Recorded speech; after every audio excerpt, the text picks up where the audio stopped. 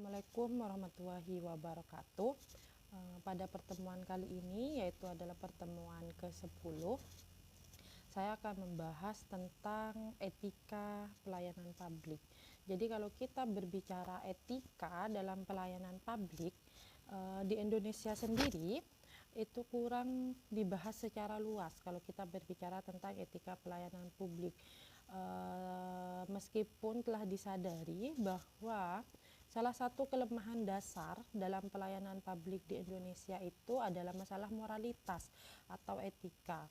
Karena etika itu sering dilihat sebagai elemen yang kurang berkaitan dengan dunia pelayanan publik. Padahal dalam literatur tentang pelayanan publik itu sendiri, etika itu merupakan salah satu elemen yang sangat menentukan kepuasan publik yang dilayani, sekaligus keberhasilan organisasi pelayanan publik itu sendiri. Jadi kalau elemen ini, etika ini dalam setiap fase pelayanan publik itu, mulai dari penyusunan kebijakan pelayanan, terus desain struktur organisasi pelayanan, sampai pada manajemen pelayanan untuk mencapai tujuan akhir dari pelayanan tersebut. Nah, di sini kalau kita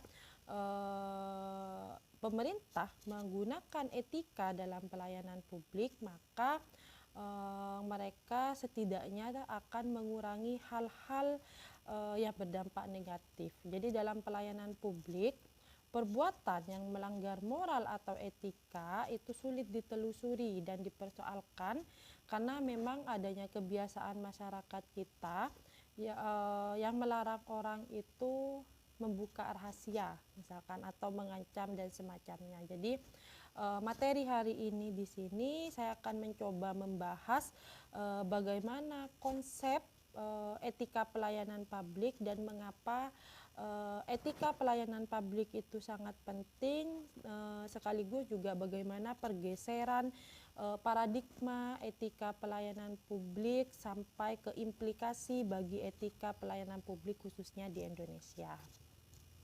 Pertama itu adalah konsep etika pelayanan publik. Jadi kalau kita berbicara sebelum kita membahas apa itu etika pelayanan publik, pertama saya akan membahas apa itu etika. Pertemuan minggu kemarin sudah sering saya bahas itu etika, jadi saya mengulang kembali.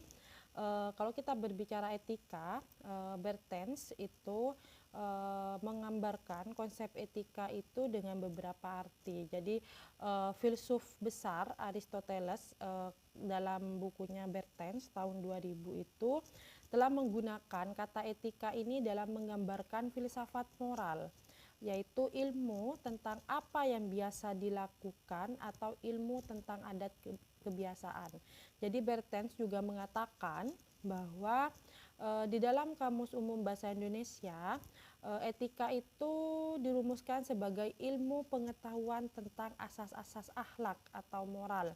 Jadi istilah etika itu disebut yang pertama ilmu tentang apa yang baik dan apa yang buruk dan tentang hak dan kewajiban moral. Selain itu juga etika itu kumpulan asas atau nilai yang berkenaan dengan akhlak dan juga nilai yang mengenai benar dan salah yang dianut oleh suatu golongan atau masyarakat. Jadi di sini kalau menurut Aristoteles yaitu dalam Bertens 2000 itu istilah etika yang sudah saya katakan tadi itu mengenai baik buruk, terus selain itu juga berkenaan dengan akhlak, dan yang ketiga itu mengenai benar dan salah yang dianut oleh suatu golongan masyarakat.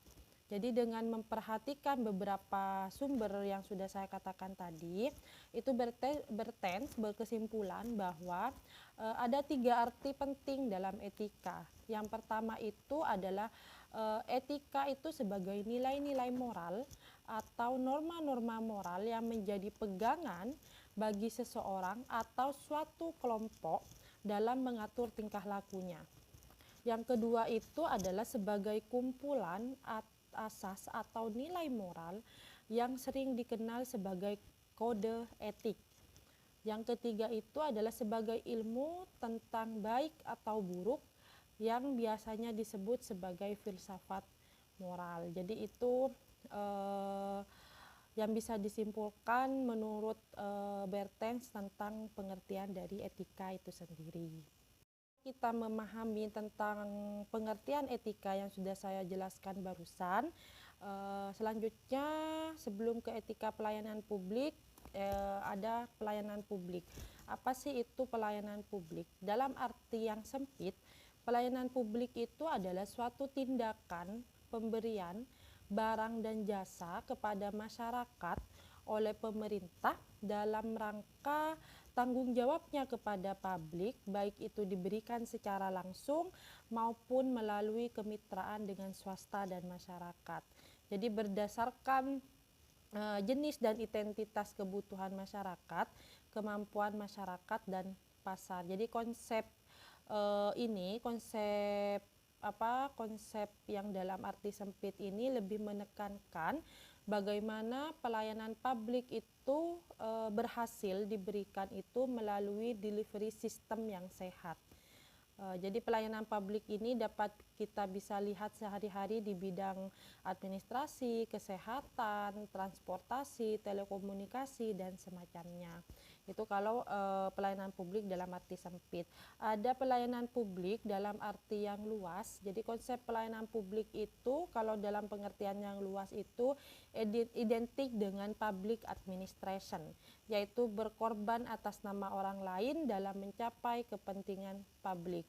Jadi dalam konteks di sini, dalam konteks pengertian yang luas, pelayanan publik itu lebih dititik beratkan kepada bagaimana elemen-elemen administrasi publik seperti policy making, desain organisasi, dan proses manajemen itu dimanfaatkan untuk mensukseskan pemberian pelayanan publik, di mana pemerintah di sini sebagai pihak provider yang diberi tanggung jawab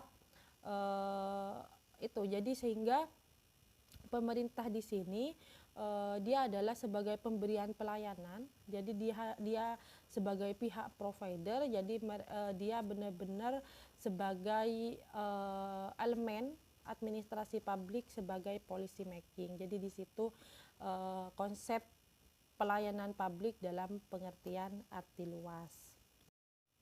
Setelah kita mengetahui tentang pengertian dari etika itu sendiri serta konsep pelayanan publik, maka kalau kita berbicara etika khususnya dalam dunia administrasi dan pelayanan publik, itu etika bisa diartikan sebagai filsafat dan profesional standar atau yang biasa disebut sebagai kode etik. Jadi kalau kita sudah menjadi pegawai negeri atau sudah menjadi bagian dari birokrasi, maka pasti ada kode etik yang dipakai atau biasa disebut juga sebagai moral atau rights rule of conduct atau aturan yang berperilaku yang benar yang seharusnya dipatuhi oleh pemberi pelayanan publik atau administrator publik. Jadi berdasarkan konsep etika dan pelayanan publik yang sudah saya jelaskan dari awal, bagaimana konsep etika dan bagaimana konsep pelayanan publik, maka yang dimaksudkan dengan etika pelayanan publik itu adalah suatu praktek administrasi publik atau pemberian pelayanan publik yang didasarkan atas serangkaian tuntutan perilaku atau rules of conduct, atau biasa disebut juga sebagai kode etik yang mengatur hal-hal yang baik yang harus dilakukan atau sebaliknya yang tidak baik agar dihindarkan. Jadi intinya etika pelayanan publik itu adalah suatu hal untuk mengatur. Jadi mereka itu melakukan pelayanan publik, memberikan pelayanan publik, memberikan kebijakan itu sudah dituntun oleh yang namanya etika. Jadi etika itu adalah hal untuk mengatur mana hal-hal yang baik yang harus dilakukan dan hal-hal mana yang tidak baik yang tidak harus dilakukan. Itu yang dimaksud dengan etika pelayanan publik. Setelah kita memahami konsep atau hakikat dari etika administrasi publik itu sendiri. Kenapa sih etika administrasi publik itu penting? Jadi kenapa etika itu penting dalam pelayanan publik? Jadi kalau kita kembali kepada zaman tahun 1900 sampai 1929, itu ada pemisahan atau dikotomi antara administrasi dan politik yang menunjukkan bahwa administrator itu harus sungguh-sungguh netral, bebas dari pengaruh politik ketika memberikan sebuah pelayanan publik. Tetapi banyak yang bermunculan atau bahkan menentang ajaran tersebut. Jadi banyak yang para birokrat itu tidak netral. Sehingga perhatian itu mulai ditujukan kepada keterlibatan para administrator dalam keputusan-keputusan publik atau kebijakan publik. Jadi sejak saat ini mata publik itu mulai memberikan perhatian khusus terhadap permainan etika yang dilakukan oleh para birokrat pemerintahan. Jadi penilaian keberhasilan seorang administrator atau aparat pemerintahan di sini tidak semata didasarkan pada pencapaian kriteria seperti efisiensi, ekonomi, atau prinsip-prinsip administrasi lainnya, tetapi juga dilihat dari moralitas, khususnya terhadap kontribusinya kepada kepentingan umum. Jadi kenapa etika itu penting dalam pelayanan publik? Alasan mendasar, kalau kita berbicara alasan mendasar mengapa pelayanan publik harus diberikan. Yang pertama, adanya public interest atau kepentingan publik yang harus dipenuhi oleh pemerintah, karena pemerintahlah yang memiliki tanggung jawab itu sendiri. Dalam memberikan pelayanan di sini, pemerintah itu sebenarnya diharapkan secara profesional melaksanakannya dan harus mengambil keputusan politik secara tepat mengenai siapa mendapat apa, berapa banyak, di mana, kapan, dan sebagainya. Padahal kenyataannya menunjukkan bahwa pemerintah tidak memiliki tuntunan atau pegangan kode etik atau moral secara memadai. Jadi asumsi bahwa semua aparat pemerintah itu adalah pihak yang telah diuji pasti selalu membela kepentingan publik atau masyarakatnya tidak selamanya benar. Jadi banyak kasus yang membuktikan bahwa kepentingan pribadi, keluarga, kelompok, partai, atau bahkan struktur yang lebih tinggi justru mendikte perilaku seorang birokrat atau pemerintahan itu sendiri. Jadi memang kalau kita berkaca kepada di lapangan, itu masih banyak yang tidak mementingkan kepentingan umum atau public interest. Itu alasan yang pertama. Alasan yang lain kenapa etika itu penting dalam pelayanan publik, karena lebih berkenaan kepada lingkungan di dalam birokrasi yang memberikan pelayanan itu sendiri. Jadi desakan untuk memberikan pelayanan kepada aspek kemanusiaan dalam organisasi itu sudah harus dilakukan. Jadi kalau dalam literatur tentang aliran human relation atau human resources, itu telah dianjurkan agar manajer harus bersikap etis, yaitu memperlakukan manusia dan anggota organisasi secara manusiawi. Jadi alasannya di sini adalah bahwa perhatian terhadap manusia dan pengembangannya itu sangat relevan dengan upaya peningkatan produktivitas, kepuasan, dan pengembangan kelembagaan. Alasan berikutnya selain masalah lingkungan juga berkenaan dengan karakteristik masyarakat publik yang terkadang itu begitu variatif sehingga membutuhkan perlakuan khusus. Jadi mempekerjakan pegawai negeri dengan menggunakan prinsip kesesuaian antara orang dengan pekerjaannya merupakan prinsip yang perlu dipertanyakan secara etis, karena prinsip itu akan menghasilkan ketidakadilan di mana calon yang dipekerjakan itu hanya berasal dari daerah tertentu yang relatif lebih maju. Jadi kebijakan affirmative action bahasanya itu dalam hal ini merupakan terobosan yang bernada etika karena akan memberikan ruang yang lebih luas bagi kaum minoritas, miskin, tidak berdaya dan sebagainya untuk menjadi pegawai atau menduduki posisi tertentu. Alasan penting lainnya juga adalah peluang untuk melakukan tindakan yang bertentangan dengan etika yang berlaku dalam pemberian pelayanan publik yang sangat besar.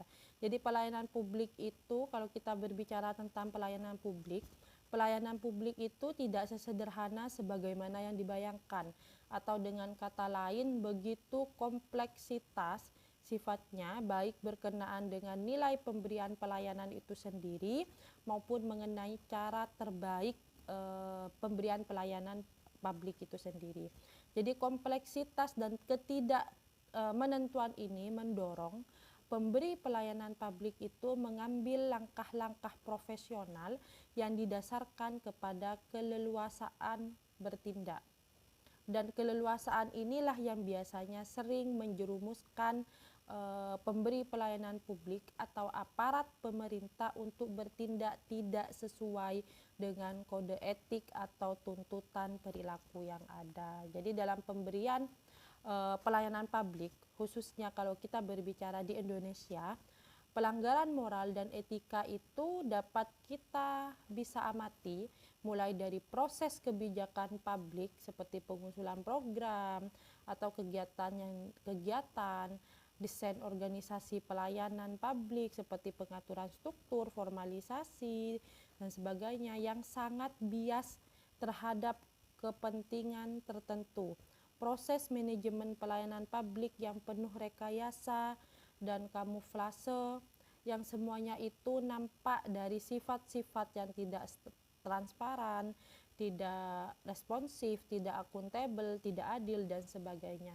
Dan tidak dapat disangkal semua pelanggaran moral dan etika ini telah diungkapkan sebagai salah satu penyebab melemahnya pemerintahan kita di Indonesia. Jadi alasan utama yang menimbulkan tragedi tersebut yang sangat kompleks ini mulai dari kelemahan aturan hukum.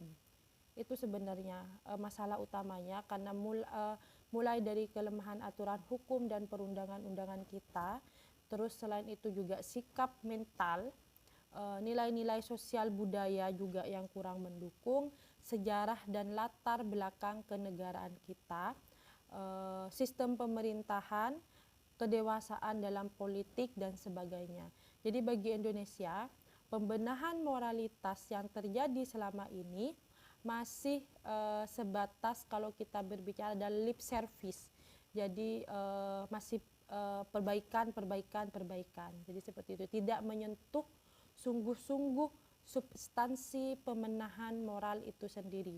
Karena itu, pembenahan moral merupakan beban besar di masa mendatang dan apabila tidak diperhatikan secara serius, maka proses itu terus terjadi dan akan berdampak kepada disintegrasi bangsa itu sendiri. Makanya etika itu sangat penting dalam proses pelayanan publik. Jadi alasan-alasan penting dalam etika itu yang sudah saya sebutkan dari tadi itu merupakan hal yang sangat perlu dilakukan dalam proses administrasi publik, khususnya dalam hal pelayanan publik. Selanjutnya saya akan membahas tentang bagaimana pergeseran paradigma etika pelayanan publik. Jadi etika pelayanan publik itu juga memiliki paradigma pergeseran dari model pertama sampai model kelima. Jadi sejarah etika dalam pelayanan publik itu dapat kita telusuri dalam tulisan Den Haag yang berjudul The Ethics of Public Service pada tahun 1988. Penulis ini menggambarkan, Den Haag ini menggambarkan sejarah etika pelayanan publik mulai dari karya Wayne A. Airlays tahun 44 yang oleh penulis itu Den Haag itu menuliskan sebagai model pertama 1940. Jadi Leys memberikan saran kepada pemerintah Amerika Serikat tentang bagaimana menghasilkan suatu good public atau kebijakan publik yang baik. Ia berpendapat sudah waktunya meninggalkan kebiasaan atau tradisi yang selama ini itu selalu menjadi pegangan utama dalam menentukan suatu perbuatan keputusan, karena pemerintah itu terus berhadapan dengan berbagai masalah baru.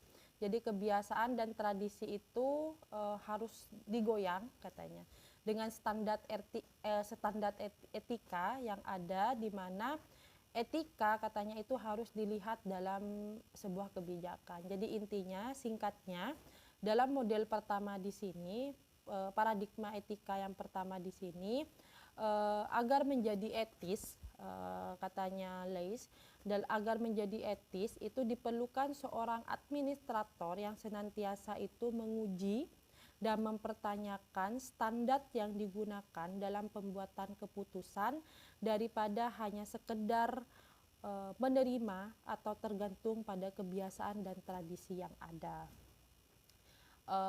Selanjutnya, Horst Anderson di tahun 1953 juga mengungkapkan dalam suatu pidatonya dengan judul Ethical Value in Administration atau nilai-nilai etika dalam administration. Katanya di sini, masalah etika itu sangat penting dalam setiap keputusan administratif. Jadi tidak hanya bagi mereka yang memformulasikan kebijakan publik, dan etika itu sendiri harus dipandang sebagai asumsi-asumsi yang menuntun kehidupan dan pekerjaan. Jadi kalau katanya Den Haag, singkatnya, Den Haag itu mengemukakan pendapat Anderson di sini itu mengkategorikan sebagai model kedua de 1950 yang berintikan bahwa agar dianggap etis, maka seorang administrator hendaknya menguji dan mempertanyakan standar atau asumsi-asumsi yang digunakan sebagai dasar pembuatan keputusan. Standar-standar tersebut itu harus merefleksikan nilai-nilai dasar masyarakat dan tidak sekedar bergantung semata pada kebiasaan dan tradisi itu sendiri. Pada tahun 1960-an itu juga memunculkan suatu nuansa baru, paradigma nuansa baru dalam etika pelayanan publik, yaitu Robert Golemsky memaparkan dalam tulisannya yang berjudul Man, Management, dan Morality pada tahun 1965 bahwa praktek-praktek organisasi yang telah berlangsung sekian lama itu didasarkan pada teori organisasi tradisional yang telah membawa dampak negatif pada individu yang bekerja dalam organisasi itu sendiri.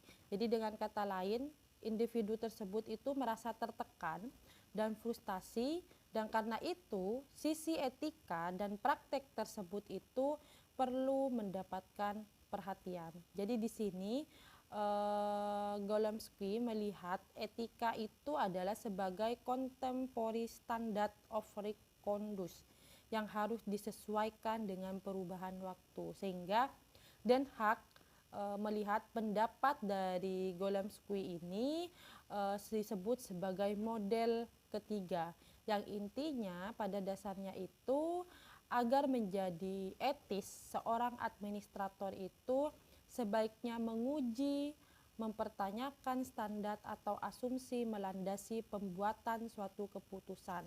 Standar-standar tersebut itu harus merefleksikan nilai-nilai dasar masyarakat dan tidak semata bergantung pada kebiasaan dan tradisi.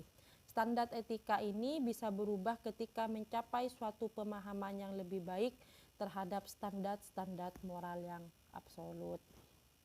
Selain itu, selanjutnya, paradigma yang selanjutnya di sini, para ahli administratif publik yang tergolong dalam masyarakat New Public Administration atau NPA yang muncul di tahun 1970-an ini memberikan nuansa baru, yaitu meminta agar administrator itu harus memperhatikan yang namanya administrative responsibility. Jadi David Kahat, salah seorang intelektualnya, itu menilai bahwa administrasi publik saat ini itu sudah bersifat imparsial dan sudah waktunya merubah paradigma lama untuk memperbaiki kepercayaan publik yang waktu itu sudah pudar. Jadi model di sini, model pada tahun 1970-an di sini Den Haag mengemukakan sebagai model keempat yang merupakan akumulasi penyempurnaan dari model-model yang sebelumnya, model 1, 2, dan 3, yang dikatakan bahwa agar menjadi etis, seorang administrator itu harus benar-benar memberikan perhatian pada proses menguji dan mempertanyakan standar atau asumsi yang melandasi pembuatan keputusan administratif. Standar-standar ini mungkin bisa berubah dari waktu ke waktu, dan administrator harus benar-benar merespon tantangan-tantangan dan tuntutan baru dengan memperbarui standar-standar tersebut. Isi dari standar tersebut itu juga harus merefleksikan komitmen terhadap nilai-nilai dasar masyarakat, dan administrator juga harus tahu bahwa ialah yang akan bertanggung jawab penuh terhadap standar-standar yang digunakan terhadap keputusan-keputusan itu sendiri. Setelah model keempat di atas itu muncul, beberapa pendapat yang secara signifikan memberikan kontribusi bagi penyempurnaan paradigma etika pelayanan publik. Dua tokoh penting yang memberi kontribusi tersebut itu adalah John Rohr, yang karyanya itu Ethic for Bureaucrats, dan Terry L. Cooper dalam bukunya yang berjudul The Responsible Administrator. Jadi John Rohr dalam tulisannya itu memberikan sumbangan yang sangat berarti, yaitu bahwa dalam proses pengujian dan mempertanyakan standar dan asumsi yang digunakan dalam pengambilan keputusan diperlukan independensi dan tidak boleh tergantung dari pemikiran pihak luar. Jadi intinya sehingga Den Haag menyebutkan karya dari John Rohr di sini sebagai model kelima, di mana dikatakan bahwa untuk dapat disebut sebagai etis, maka seorang administrator itu harus secara independen masuk dalam proses menguji dan mempertanyakan standar-standar yang digunakan dalam pembuatan keputusan itu sendiri. Setelah model kelima yang didasarkan pada pendapat John Rohr, Den Haag juga menggambarkan suatu model akhir yang disebut sama Den Haag itu adalah model keenam after Cooper. Jadi model itu menggambarkan pemikiran Cooper bahwa antara administrator, organisasi, dan etika terdapat hubungan penting di mana etika para administrator itu sangat ditentukan oleh konteks organisasi di mana ia bekerja. Jadi lingkungan organisasi itu menjadi sangat menentukan, bahkan begitu menentukan sehingga seringkali administrator itu hanya memiliki sedikit otonomi beretika. Jadi dengan kata lain, agar dapat dikatakan etis, apabila seorang administrator itu mampu mengatur secara independen proses menguji dan mempertanyakan standar yang digunakan dalam pembuatan keputusan, paling tidak keputusan secara sah yang digunakan dalam organisasi, isi dan standar itu mungkin berubah dari waktu ke waktu bila nilai-nilai sosial yang dipahami secara lebih baik dan masalah-masalah sosial baru mulai terungkap. Jadi itu beberapa paradigma model etika pelayanan publik dari model pertama sampai model keenam yang Den Haag simpulkan di dalam bukunya Den Haag tersebut. Jadi dari gambaran singkat tentang pergeseran paradigma etika pelayanan publik yang sudah saya sebutkan tadi, dari model pertama sampai model ke-6, dapat disimpulkan bahwa selama ini etika dan moralitas itu sudah mendapatkan perhatian yang serius dalam dunia pelayanan publik atau administrasi publik. Jadi 3 hal pokok yang menarik perhatian dalam paradigma ini. Yang pertama itu proses menguji dan mempertanyakan standar etika dan asumsi secara independen. Yang kedua, isi standar etika yang seharusnya merefleksikan nilai-nilai dasar masyarakat dan perubahan standar tersebut baik sebagai akibat dan penyempurnaan pemahaman terhadap nilai-nilai dasar masyarakat maupun sebagai akibat dari munculnya masalah-masalah baru dari waktu ke waktu. Yang ketiga itu adalah konteks organisasi, di mana para administrator itu bekerja berdasarkan tujuan organisasi dan peranan yang dimainkan mereka itu sendiri, yang dapat mempengaruhi otonomi mereka dalam beretika. Meskipun telah digambarkan bahwa dalam perkembangannya telah terjadi pergeseran paradigma etika pelayanan publik, namun itu tidak berarti bahwa paradigma yang terakhir, paradigma yang ke-6 itu mudah diimplementasikan. Mengapa? Karena di dalam praktek kehidupan sehari-hari masih terdapat dilema atau bisa dikatakan konflik paradigmatis yang cenderung mendatangkan diskusi panjang.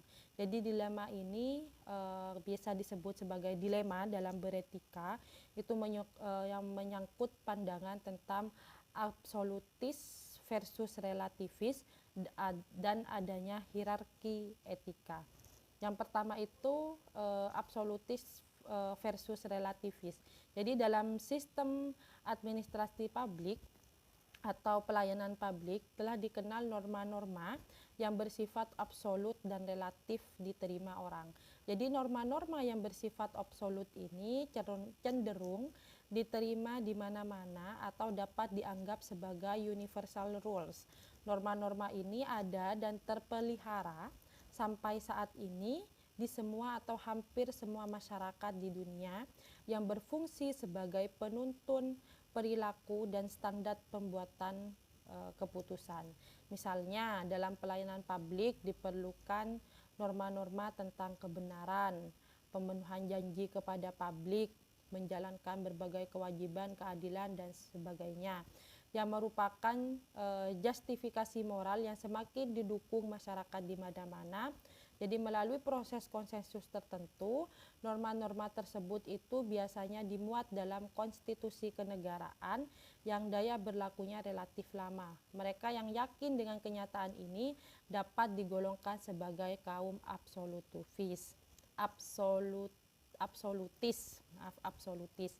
Sementara itu juga ada yang kurang yakin dengan keabsolutan norma-norma tersebut. Jadi mereka digolongkan sebagai kaum relativis. Jadi kalau kaum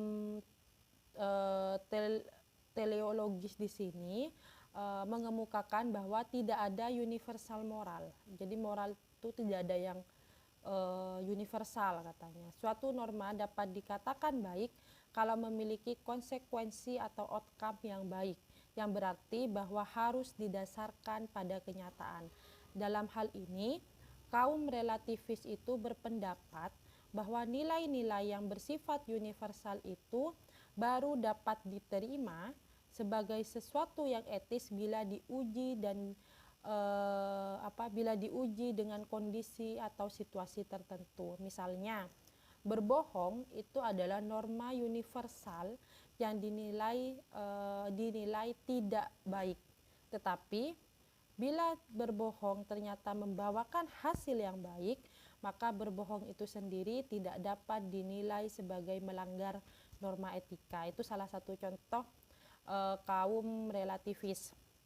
Sebaliknya, Menceritakan kebenaran itu baik, akan tetapi bila menceritakan kebenaran itu akan membawakan konsekuensi yang jelek, maka menceritakan kebenaran itu sendiri tidak dapat dinilai sebagai sesuatu yang etis. Jadi kaum teologis di sini berpendapat bahwa tidak ada suatu prinsip moralitas yang bisa dianggap secara universal kalau memang belum diuji atau dikaitkan dengan konsekuensinya. Jadi implikasi dari adanya dilema di atas bahwa ada beberapa kaum yang mengatakan etika itu adalah absolut, norma yang universal, absolut, tetapi ada kaum yang mengatakan relativis, jadi norma itu gak selamanya universal. Jadi norma itu bisa dikatakan etika atau norma itu bisa dikatakan baik kalau sudah diuji dan dikaitkan dengan konsekuensinya. Jadi implikasi dari adanya tersebut, maka sulit memberikan penilaian apakah aktor-aktor pelayanan publik yang telah melanggar nilai moral yang ada atau tidak itu tergantung kepada keyakinannya, apakah dia tergolong sebagai absolutis atau relativis. Hal yang demikian yang barangkali telah menumbuhkan suasana KKN atau korupsi di negara kita. Jadi persoalan moral atau etika itu akhirnya tergantung kepada persoalan interpretasi semata.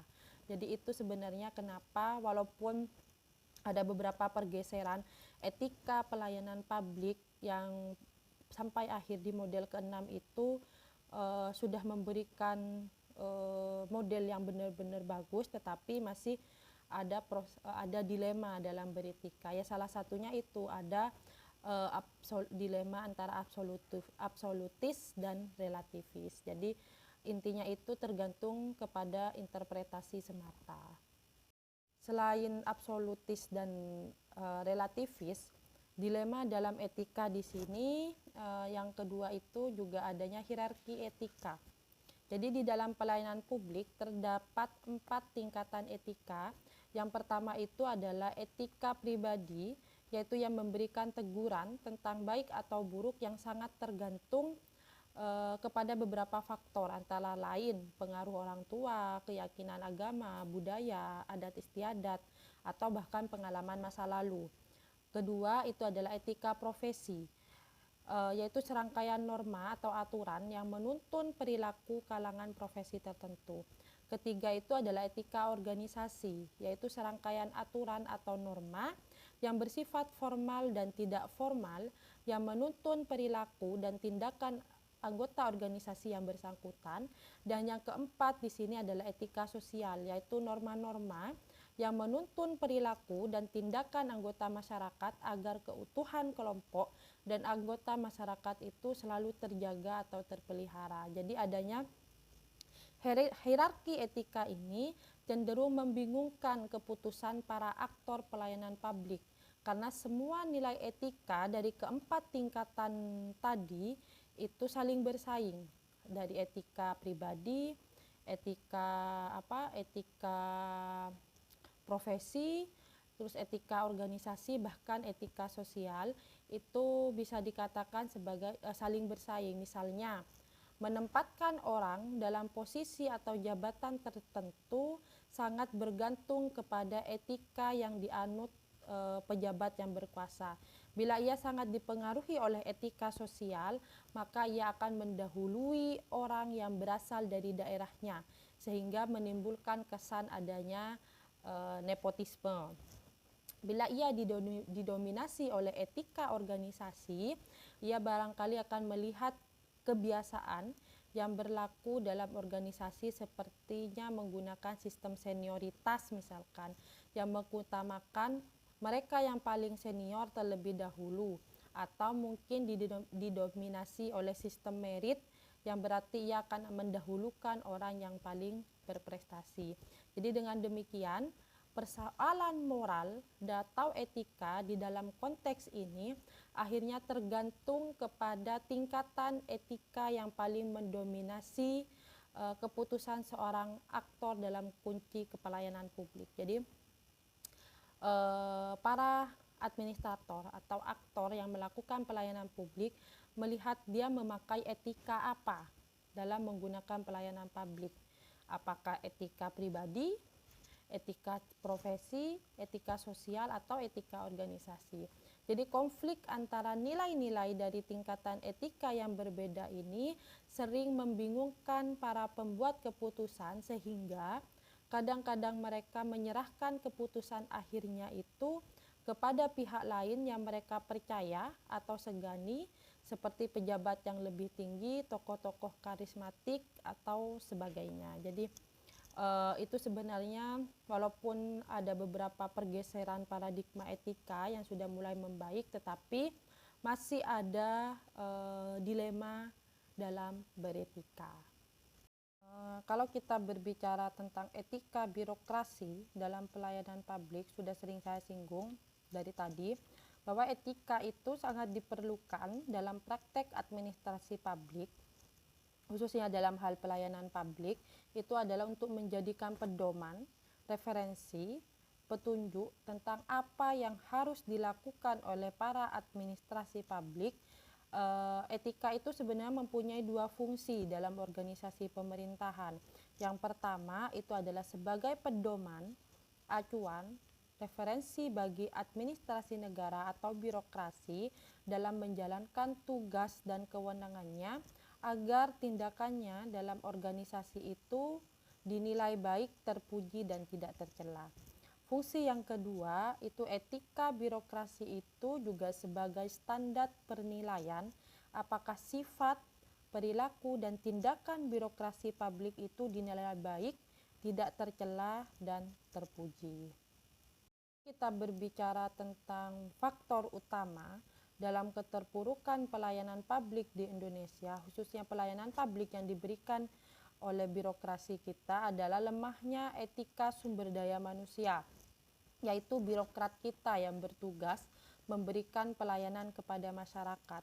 Jadi etika pelayanan publik itu harus berorientasi kepada kepentingan masyarakat yang berdasarkan atas transparansi atau keterbukaan serta kemudahan akses bagi semua pihak, dan akuntabilitas atau pertanggungjawaban yang sesuai dengan peraturan perundang-undangan demi kepentingan masyarakat. Jadi dalam pemberian pelayanan publik, khususnya di Indonesia, pelanggaran moral dan etika itu dapat kita amati mulai dari proses kebijakan publik, yaitu seperti pengusulan program atau kegiatan yang tidak didasarkan atas kenyataan, terus desain organisasi pelayanan publik yang sangat bias terhadap kepentingan tertentu, serta proses manajemen pelayanan publik yang penuh rekayasa dan kamuflase, yang semuanya itu nampak dari sifat-sifat tidak transparan, tidak responsif, tidak akuntabel, tidak adil, dan sebagainya, sehingga tidak dapat memberikan kualitas pelayanan yang unggul kepada masyarakat. Jadi sudah sepantasnya etika itu harus digunakan oleh para aparatur negara atau birokrasi. Dalam etika pelayanan publik, khususnya etika pelayanan publik dalam birokrasi, ada seperangkat nilai yang dapat digunakan sebagai acuan, referensi, dan penuntun bagi birokrasi publik dalam melaksanakan tugas dan kewenangannya. Yang pertama itu adalah nilai efisiensi. Nilai efisiensi di sini artinya tidak boros. Sikap, perilaku, dan perbuatan birokrasi publik itu dikatakan baik jika mereka efisien atau tidak boros. Jadi efisiensi ini dapat dicapai manakala setiap anggota organisasi itu dapat memberikan kontribusi kepada organisasinya. Jadi perlu ditegakkan sebuah prinsip, janganlah bertanya apa yang saudara dapatkan dari organisasi, tapi bertanyalah apa yang dapat saudara berikan kepada organisasi. Yang kedua itu membedakan milik pribadi dengan milik kantor. Jadi nilai ini dimaksudkan supaya birokrasi yang baik itu dapat membedakan mana milik kantor dan mana milik pribadi. Artinya milik kantor itu tidak dapat digunakan untuk kepentingan pribadi seperti mobil dinas tidak boleh digunakan untuk kepentingan pribadi. Yang ketiga, impersonal. Nilai impersonal di sini maksudnya adalah dalam melaksanakan hubungan antara bagian satu dengan bagian yang lain atau kerjasama antara orang yang satu dengan yang lainnya. Dalam kerjasama kolektif itu diwadahi oleh organisasi, itu dilakukan secara formal.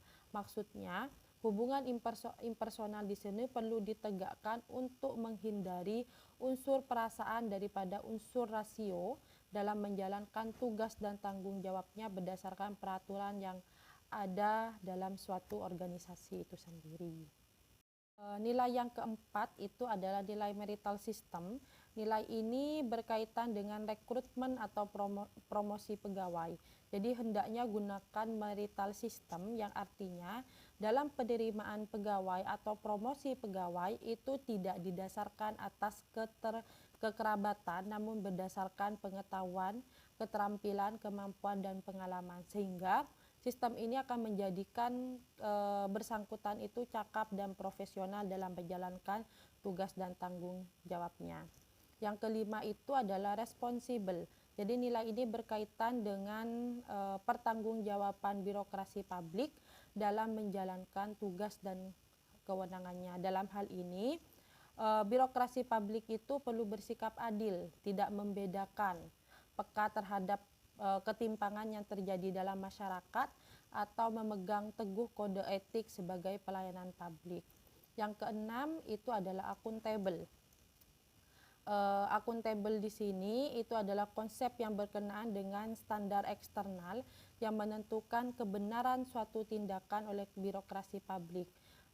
Karena akuntabilitas ini disebut sebagai tanggung jawab yang bersifat objektif, sebab birokrasi dikatakan accountable bila mana mereka dinilai objektif oleh orang dan dapat mempertanggungjawabkan segala macam perbuatan, sikap, dan sepak terjangnya kepada pihak mana kekuasaan dan kewenangan yang dia miliki.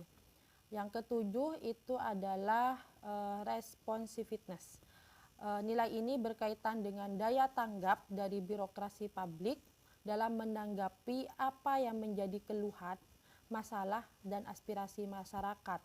Jadi mereka itu cepat memahami apa yang menjadi tuntutan publik dan berusaha untuk memenuhinya. Jadi mereka itu tidak suka menunda-nunda waktu, memperpanjang jalur pelayanan atau mengutamakan prosedur tetapi mengabaikan substansi.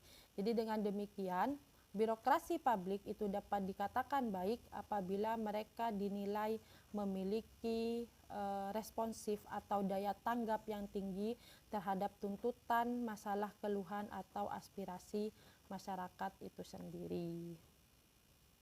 Kalau kita berbicara tentang implikasi bagi etika pelayanan publik khususnya di Indonesia itu sendiri, yang pertama itu dibutuhkan yang namanya kode etik. Gimana agar etika pelayanan publik di Indonesia itu bisa berjalan secara maksimal walaupun ada dilema dalam beretika, tetapi setidaknya etika dalam pelayanan publik itu bisa digunakan secara baik. Yang pertama itu dibutuhkan yang namanya kode etik. Jadi kode etik pelayanan publik di Indonesia itu masih sangat terbatas. Hanya beberapa profesi seperti ahli hukum dan kedokteran, sementara kode etik untuk profesi yang lain masih belum nampak.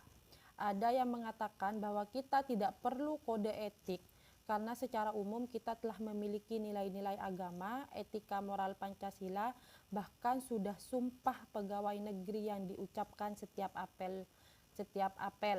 hari Senin misalnya.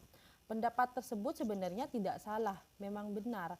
Namun kita harus diakui bahwa ketiadaan kode etik di sini itu telah memberikan peluang bagi para pemberi pelayanan itu untuk mengesampingkan pelayanan publik. Jadi kehadiran kode etik di sini itu sendiri lebih berfungsi sebagai alat kontrol langsung bagi perilaku para pegawai atau pejabat dalam bekerja. Jadi dalam konteks di sini yang lebih penting itu adalah bahwa kode etik itu tidak hanya sekedar ada, tetapi juga dinilai tingkat implementasinya dalam kenyataan. Bahkan berdasarkan penilaian implementasi tersebut, kode etik tersebut kemudian dikembangkan atau direvisi agar selalu sesuai dengan tuntutan perubahan zaman. Jadi kita mungkin perlu belajar dari negara lain yang sudah memiliki kedewasaan dalam beretika. Jadi banyak negara-negara lain seperti di Amerika dan Eropa yang sudah menggunakan etika dalam pelayanan publik.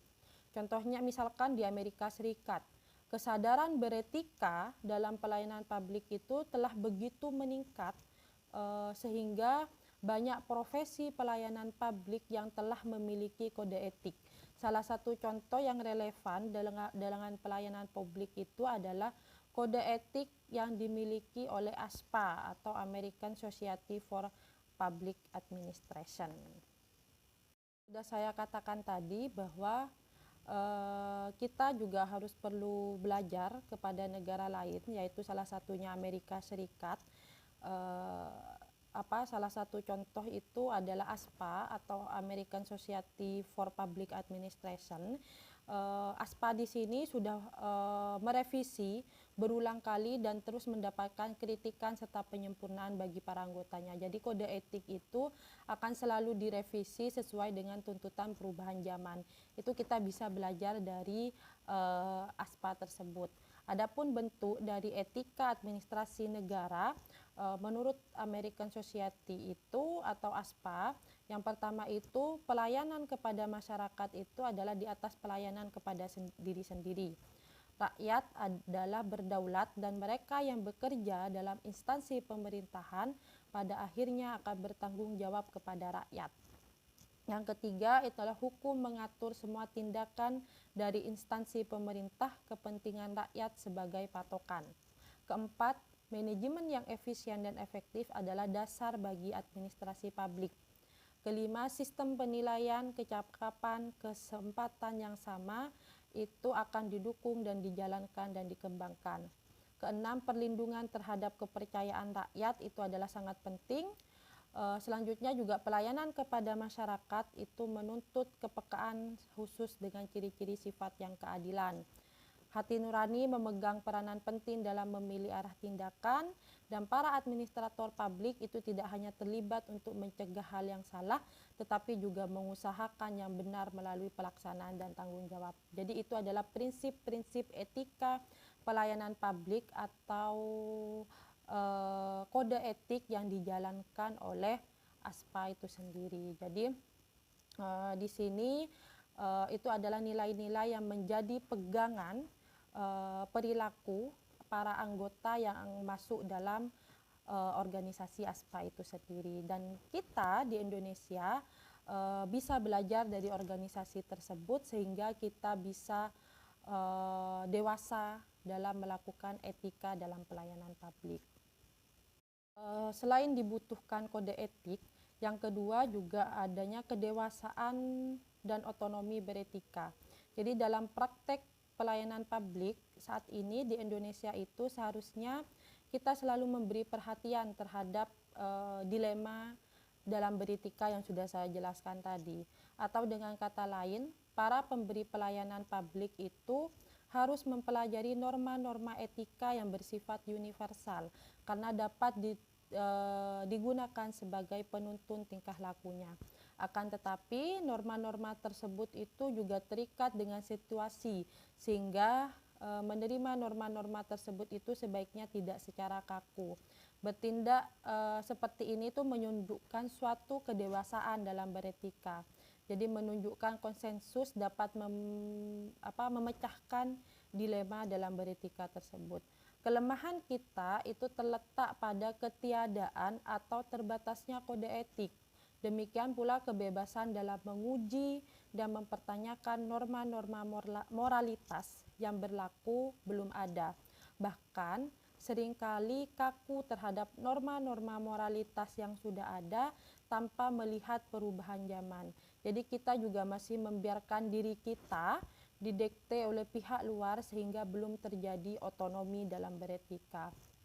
Bahkan kadang-kadang kita juga masih membiarkan diri kita itu untuk mendahulukan kepentingan tertentu tanpa memperhatikan konteks atau di mana kita bekerja atau berada. Jadi mendahulukan orang atau suku sendiri merupakan tindakan tidak terpuji bila itu diterapkan dalam konteks organisasi publik yang menghendaki perlakuan yang sama kepada semua suku. Mungkin tindakan ini tepat dalam organisasi swasta, tetapi tidak tepat dalam organisasi publik. Oleh karena itu, harus ada kedewasaan untuk melihat di mana kita berada dan tingkatan hierarki etika manakah yang paling tepat untuk diterapkan. Dan yang terakhir, yang seharusnya ada agar memecahkan dilema dalam beretika, juga harus ada perlindungan dan insentif bagi pengadu.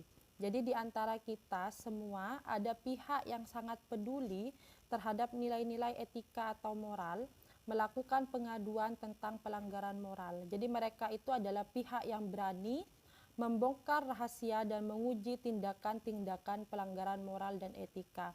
Namun, upaya untuk melakukan hal ini kadang-kadang dianggap sebagai upaya yang tidak terpuji, bahkan sering dikutuk perbuatannya dan nasibnya bisa menjadi terancam. Pengalaman ini cenderung membuat mereka takut dan timbul kebiasaan untuk tidak mau repot atau tidak mau berurusan dengan hukum atau pengadilan yang insentifnya tidak jelas. Akibatnya, peluang dari pihak-pihak yang berpengaruh dalam pelayanan publik itu terus terbuka untuk melakukan tindakan-tindakan pelanggaran moral dan etika. Karena itu, dalam rangka meningkatkan moralitas dan pelayanan publik, diperlukan seharusnya perlindungan terhadap para pengadu, kalau perlu insentif khusus. Bukan seperti yang terjadi pada saat ini di Indonesia. Bahkan kalau katanya ada pendapat yang mengatakan bahwa saat ini di Indonesia orang baik itu dimusuhi oleh hukum. Salah satu contohnya seperti banyak sudah yang terjadi di Indonesia itu yang mengadu, bahkan yang mengadu itu malah berurusan dengan hukum dan atau pengadilan, sehingga mereka para pengadu itu enggan untuk mengadu tindakan para birokrat ketika dia melakukan pelanggaran etika, sehingga hal tersebut itu mereka enggan untuk melaporkan lagi.